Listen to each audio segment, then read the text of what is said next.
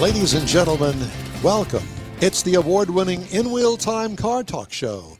Just ahead, the guy that keeps us grounded here, Jack Nerad, and his take on the new car market, along with other things like what's the price of gas in L.A. today.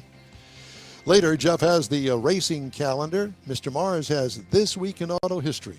And I'll bring you some of the stories making automotive news headlines this week. Howdy, along with Mike Out of This World Mars over there, Jeff Zekin here, David Ainsley out there.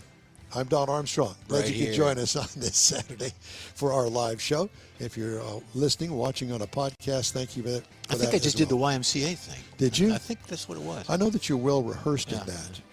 You know, Jeff was a major domo back in high school? Yeah. A major domo. It's called. We used to call it genius back then. Genius. Yeah. Mensa. You can call it what you want.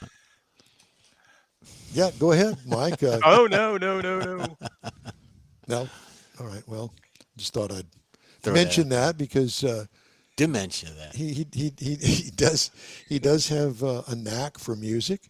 He's a great drummer and was. Great guy, great family man, just great all around.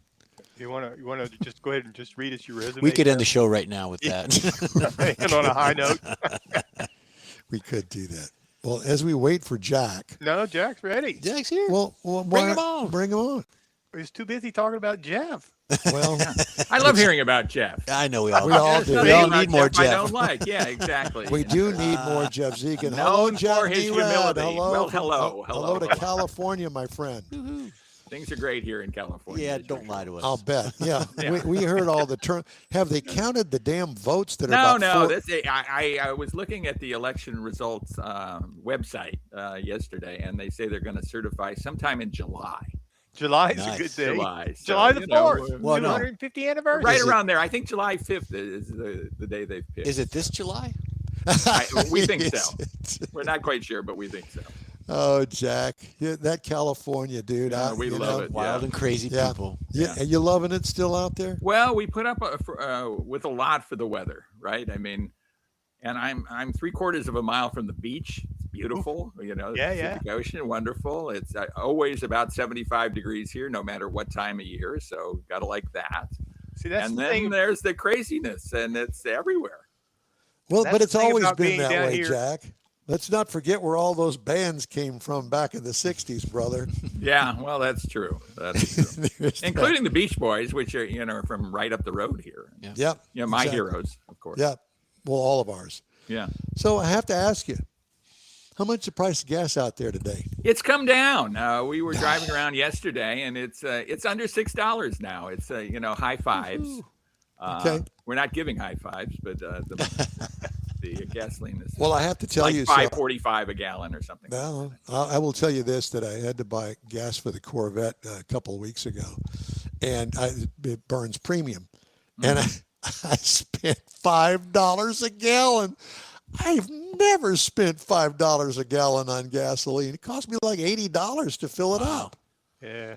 We used to buy avgas out at the airport for that. Well, you can't do that anymore. At least you can't admit it. That's for sure. Yeah, crazy. So, Jack, let's talk about new cars and anything new and fun that you've been on any junkets lately. Well, actually, I spent the early part of the week in Georgia, and I was at the Hyundai Meta plant, where they were going to build something like 250,000 to 500,000 electric vehicles a year. That's not going to happen. So they have introduced the Kia Sportage hybrid into that plant, which is interesting because it's a Kia being built in a Hyundai plant, but of course they have the same parent company. Right. So it was kind of fascinating to see that plant add Kia to it. There was a big ceremony. Governor Kemp was there to drive the first vehicle off the line, do all of that.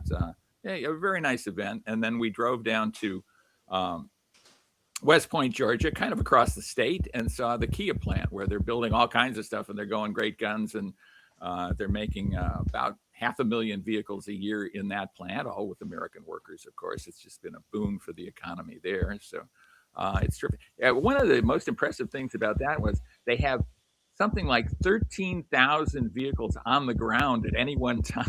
Wow. I mean, there is just acres of cars produced, and you look at them and go, people are buying these, but it kind of shows you just the scale of the industry. It's just so amazing. So they're literally building them so much faster than they can ship them off the property out across the country, huh? Well, they build about one car every 53 seconds, I think is what they told us, something like that. Yeah. And then they ship a lot of them by rail and the rest of them by truck. I think to the southeast, they go by truck and probably out to Texas by rail, certainly up to the upper Midwest and out here to California. Yeah. And then they also export some. Some go to Mexico, some go to Canada. I remember back when I was in the factory, I think they built a car every 9 minutes, I think, and that was like the exclusive time to beat. But Yeah, the holdup was the wooden wheels, though. Yeah, exactly. It warped a lot, but 53 seconds, that's amazing. Yeah. The first plant, did they have a lot of storage there on their lots? Because you said you went to the first one. Well, it's interesting. They, being all electric, and things changed on them pretty radically now, didn't they? They have a lot of extra space, and I think they're going to introduce a lot of internal combustion engine vehicles there over the course of time. They're calling it electrify, but these are hybrids, so they do have a battery, but they're not battery vehicles like the vehicles that were being produced or are being produced there. So they introduced the Kia Sportage there at the Hyundai plant. Mm-hmm. Is it the same Kia Sportage? I mean, or did they make some significant changes? No, it's the new model year, right? And they're only going to build the hybrid there, the Sportage hybrid.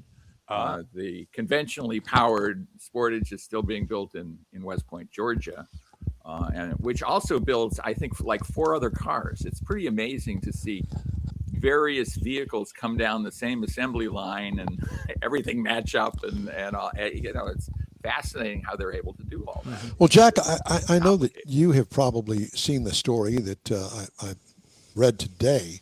The fact that it seems as though, at least for now, that the auto industry, the car manufacturing industry, is actually not doing too bad. They're still selling lots of cars, which goes completely against what we hear about, grocery store prices, how bad the economy is, but yet we still have this love affair for cars. Yeah, I mean, there's a drumbeat that the economy is bad, and the economy isn't bad. I mean, I think people think that the economy is bad because they hear it every day in the media, but actually they're spending money like the economy is really pretty darn good.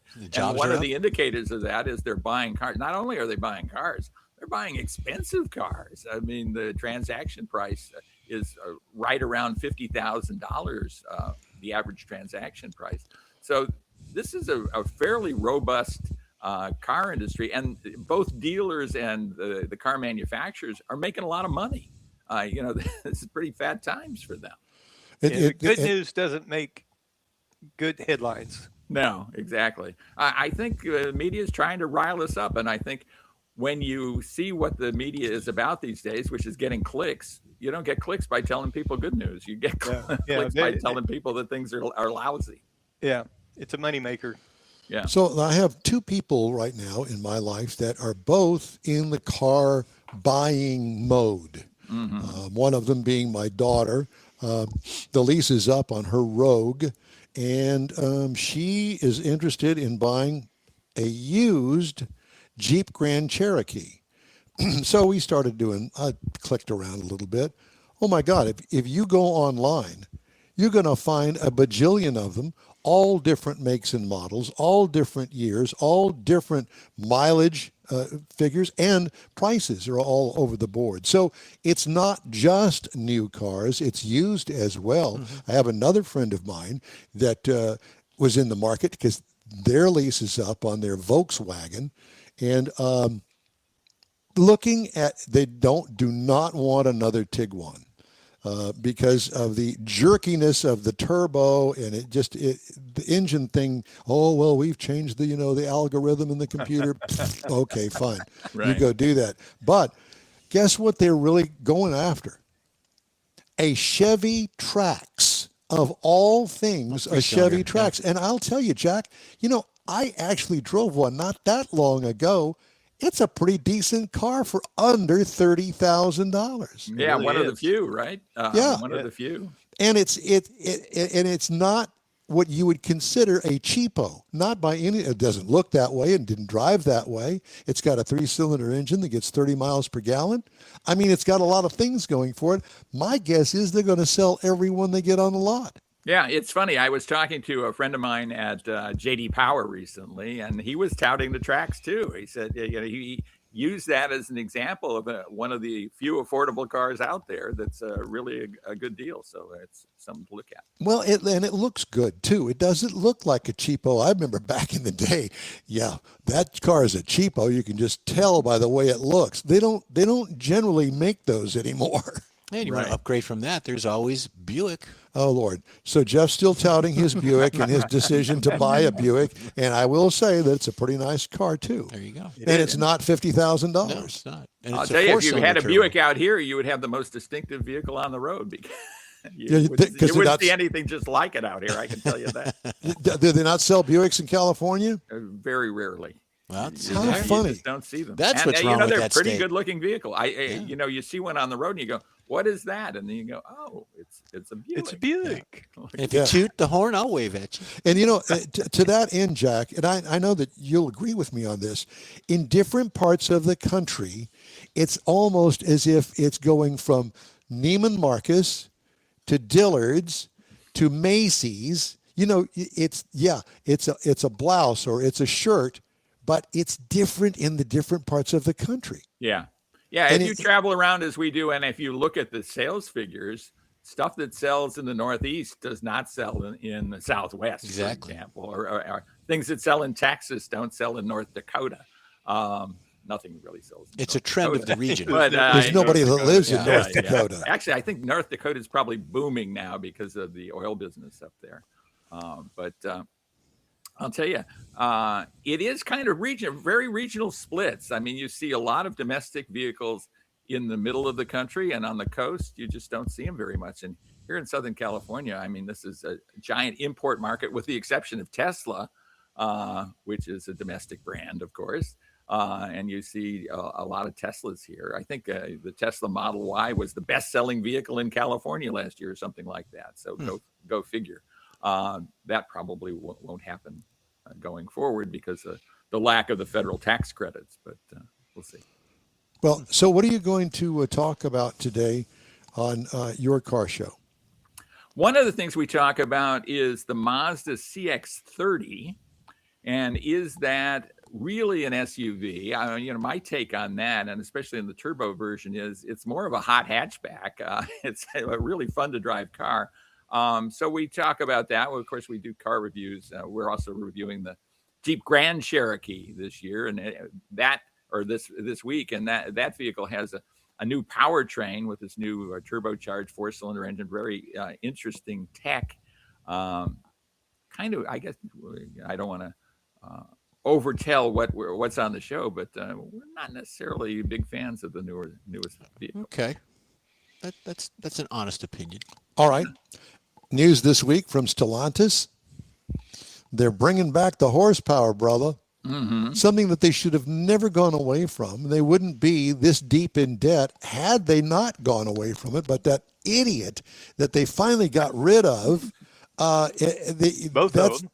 Yeah, that's a thing of the past. I mean, apparently they're going to go all in on horsepower. Well, you said more horsepower, so they could have put more electric motors in them. Well, in some cases, but I mean, I think that the Hemi's back. Yeah. Yeah, well, I think what we saw, and what I was talking about just now with the Jeep Grand Cherokee and that 4-cylinder engine, all things being equal, and if we didn't have the fuel economy requirements that we used to have and the emission requirements that we used to have that have now been banished, thankfully, we wouldn't have stuff like that. I think a lot of people are facing they're being confronted with turbocharged 4-cylinder engines in all kinds of things that they are about to buy, and they're going, well, I don't really want this. I like a V8 engine. I'd like a solid, normally aspirated 6-cylinder engine like I'm used to. I don't want the complication and sometimes the turbo lag of a turbocharged engine, and that's because of fuel economy requirements that were just crazy. I mean, impossible, almost impossible to reach, and certainly impossible to reach without those kind of powertrains. And whether you're driving that turbo 3-cylinder or you're driving the 5.7 Hemi, the cost of the gas, the fuel is the same. Yeah. Just depends on how hard you push it and use it. Yep. Right. Well, I think that they're headed in the right direction for their miraculous comeback, and Lord knows they've had enough of them in the life cycle of that company. Yeah. But I was kind of excited to hear that the SRT is going to make a huge comeback. They're going to have 30 different versions of it or something like that. It's crazy, but and it's not going to take that long for this to get on the road. To be honest with you, I see that I saw a preview. I don't remember what car it was, but it looked real good. And I'm thinking, there's something about an American V8, normally aspirated, that is unlike anything else that we drive, Jack. And you got to agree with me. Yeah, absolutely. Big fans of those, and I've been big fans of those forever. And I think what we see in the full-size SUVs is kind of the remnant of that, right? I mean, those are the only separate body on frame, V8 power, rear drive vehicles that are still on the road. And, that's what everybody had as a family car, 30, 40 years ago.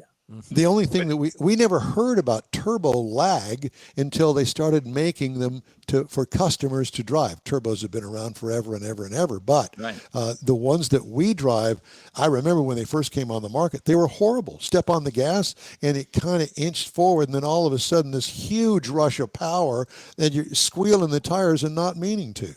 Yeah. They've kind of moderated that to some extent, but a lot of these turbos I drive still have some lag. And as I said, I don't want to mean to pick on the Jeep Grand Cherokee, but as you're driving that, this is a big, heavy vehicle, and you'd like immediate torque. You just don't get it from those kinds of engines typically. Yeah, turbos were originally designed or used on like big industrial equipment, large dump trucks and diesels and things. Yeah. Right. And so the slow turn up of a turbo was fine for that. Mm-hmm. Yeah, and lower torque. I think to Stellantis' credit, but they're responding to the market. They're not responding to the government mandates now. They're not being forced to build cars for mandates. They're trying to build cars that people want to buy. Well, they were making money on the mandates on that because now they're not making money, so they do have to pivot. Yeah, and I think that the pivot, when a great big huge company makes a pivot, it takes a while to get that wheel turning, so to speak. So, Jack, what is your press car of the week that you're driving this week? I have a Volvo XC60. I actually went out this morning, even before the show, and did some photography on it. That's a sweet ride. The XC60 is one of the Volvo's best. And, it's a mid-size luxury SUV. And they just finished them well.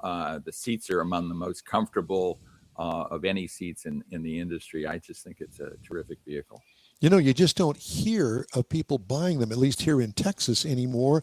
And I think that that Volvo brand has something to offer and something to look at if you're looking for something a little bit more upscale than, I don't know, Chevy or something. And they're building a lot of them now in the United States, which is cool as well. A lot of their SUVs are being built here. Well, Jack, it's always great to talk to you, and we thank you so much for taking the time out of your day. America on the Road is his show. Look it up. And any new books? I'm working on another crime novel. It's more in my head than it is on the paper yet. But, it's a crime up there in your head. Yeah. A lot of things are a crime. Crime chamber. Yeah, you've been in Don's head then, haven't you? Yeah, apparently so. That's my wife. Yeah. Jack, we love you. Thank you so much. Have a great summer, and hopefully we'll talk to you before summer ends. I look forward to it. Always great to talk to you three. Thank you so much. Thank you, Jack. Thank you, Jack. Thank you, Appreciate Jack. you. Hey, you're invited to join us again next week for our live show. In next week, it's a bonus hour, 9 to noon Central, as we take it all the way up to Granbury, Texas, for the Lone Star Street Rod Association. Lone Star State Run. Mm-hmm. If you miss our show, you'll be able to connect through a podcast from your favorite podcast channel anytime. We're going to be right back after this quick break. Stay with us. The Tex-Mex dining experience is defined by Loopy Tortilla, your destination for Texas's best beef fajitas and frozen margaritas. Since 1983, Lupi Tortilla has served authentic and time-tested recipes made with the freshest ingredients. Atmosphere is part of the award-winning experience at Lupi Tortilla, all developed in a little house near Highway 6 and I-10 in Houston. Visit any of the Lupi Tortillas and you'll see the same attention to detail in each and every location. Start your Lupi experience with queso flammeado and guacamole, along with a classic frozen margarita. Dine on famous Lupi beef and chicken fajitas or pepper shrimp brochette, or a fish or vegetarian entree, and finish with a scrumptious flan for dessert. Find Lupi Tortilla in Houston, College Station, Beaumont, Austin, San Antonio, and Dallas-Fort Worth. There's a Texas location near you. The recipes are authentic and time-tested. The ingredients always fresh. Lupi Tortilla. Eats pretty good. Join the In-Wheel Time Car Talk Show as we hit the road for a live broadcast from the 51st Annual Lone Star Street Rod Association State Run at Hewlett Park in Granbury. This once-a-year rolling car collection takes place June 12th through the 14th. Check out hundreds of classic street rods, vendors, giveaways, awards, and family fun. Best of all, spectator admission is absolutely free. In-Wheel Time will be live from Granbury Saturday, June 13th, 9 to noon. Get all the deets at lssra.com. Deets are very important. Don't get any on you. Please, we wouldn't want that. It doesn't rub off. Yeah, exactly. All right, time now for the racing calendar, sponsored by the Texas Muscle Car Club Challenge. Jeffrey Zekin has that for us. Thank you for that. We're starting out with the June. We're in June, obviously. But we're starting out with the Burlington Lawnmower Races. They're in Burlington, Washington, and they happen today. So if you're out in Burlington, go check them out or find it on TV. Why don't we have those here? Well, this is the national one. There's probably local and regional ones I'll look into. You got Formula One is in Monaco, and that's going on tomorrow. Good luck to them out there in Monaco. NHRA is running, and they're the New England Nationals. It's New England Dragways, Epping. So get out there, and it's going to be. I've never been to Epping. I don't see what channel it's on, but it's probably going to be on like an FS1. I think it's on Fox. It could be. It could be. Indy is in Madison. God bless them. Love Indy. Madison, Wisconsin. Yep, that's it. They're doing. That's a flat track, isn't it? Oval. No, it's a street race. It's got to be. They don't have a track in Madison, Wisconsin. Oh well, I don't have the TV broadcast or anything on that. But anyways, you got NASCAR. NASCAR is going to be on Prime, and then you've got another NASCAR on FS1. The O'Reilly Series is not running this week, so good for them. Time now for Mr. Mars This Week in Auto History. Mr. Mars, it's all yours, sir. Found a few things this week coming up that we thought were real interesting and thought we'd share them. For example, in 1925, the Going to the Sun Road moves forward. Now, this is a major construction project that went through Montana and into Glacier National Park. Now, the reason this was really important, not only was it carved out of the side of the mountains themselves, but this kind of helped establish the idea that the road, the scenery, the place to go could be the road itself, which inspired more people to get on instead of just going to a resort or something. Let's go travel across America as part of these roads. And there's a few of these out there, and this is one of them that kind of kicked that off. The second thing we found in 1934, Donald Healey wins the Alpine Trial. Now, this was important because this guy created the Austin Healey eventually. So this is where he got his start. He worked through it. This is a picture of one of the cars going through the race course, of course, much later and newer. And so it looks like Pikes Peak. Almost, but it's not. No, it is not Pikes Peak. I can promise you that. So this is one of the primary automotive events of that era, and this has helped launch his career into actually building cars as he got a little more prominent in the world. So the next one is in 1948. Now, this is the first Porsche that was completed in 1948. It was known as Porsche 356 number 1. You mean Porsche? Porsche. It's Porsche. Depends on where you're at, East Texas or West Texas. Anyway, so it was built in Austria, and carried a mid-mounted engine. Now, this would become one of the world's most respected performance car brands, and this hand-built prototype was the beginning of it. So this is where it kicked off, and they actually built two. They built the convertible, and they built an open. They built the coupe, and they built an open model. They didn't have convertibles; they were open cars. It's like a Carrera type look. Kind of, it's the forefront to that, absolutely. So the fourth thing I wanted to bring up, and this one I thought was real interesting when I got into it a little bit further, 1955. Mercedes-Benz was headed for a victory at the 24 Hours of Le Mans. Unfortunately, there was a crash. Now, the cause of the crash was because of the Jaguar driver getting ready to make a pit. He pulled to the right side of the track in front of the Austin Healey driver, who had to hit the brakes. Now, when he did that, he also swerved, and when he did, he pulled out in front of the Mercedes-Benz that was traveling at 125 miles per hour. Now, Mercedes-Benz hit the car and was launched into the earth embankment that was right there, hit the top of it, launched over into the spectator area, and it disintegrated. Threw him out onto the track, which he died immediately. But the debris and the rest of the car that literally bounced through the spectator area, killed 80 people, not to mention how many people were injured. And this is the most spectacular accident is from a death count that has happened in automotive history. And I thought this was kind of, I didn't know it was that bad. I knew that there was a big wreck, and it caused a lot of changes in the racing world because of it. Then in 1963, Ford's Total Performance campaign expands. Now, this particular thing is important because Ford was going through their total performance strategy, and they were trying to link racing directly with car sales. Same thing, win on Sunday, sell on Monday type thing that became very popular back then with NASCAR and the publicity that was all around that.